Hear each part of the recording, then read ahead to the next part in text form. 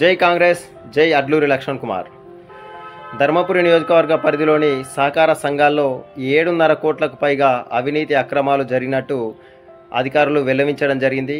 ఈ యొక్క అవినీతి అక్రమాలు చేసినటువంటి 6 సీఓలను సస్పెండ్ చేస్తూ 6 సహకార పాలకవర్గ సభ్యులకు షోకాజ్ నోటీసులు ఇవ్వడం జరిగింది. ఇదంతా గత 10 సంవత్సరాల కాలంలోనే జరిగినట్టు అధికారులు చెప్పడం జరిగింది. ఈ యొక్క 10 సంవత్సరాల కాలం నుండి ఏ ఒక్క సహకార సంఘంలో కూడా ఎలాంటి తనిఖీలు, ఎలాంటి పర్యవేక్షణ, పరిశీలన లేకుండా రాజకీయ ఒత్తిళ్లతోని అధికారులు చేయలేదని చెప్పేసి చెప్పడం కూడా జరిగింది. ఒక ధర్మపురి నియోజకవర్గ ప్రజానికం అంతా అర్థం చేసుకోవాల్సిన అవసరం ఎంతైనా ఉన్నది. ఎందుకంటే ఈ యొక్క రాజకీయ ఒత్తిళ్లు చేసింది కేవలం ఈశ్వరుని యొక్క మాయనే అని చెప్పేసి అర్థం చేసుకోవాలని చెప్పేసి నేను అభిప్రాయపడుతున్నాను.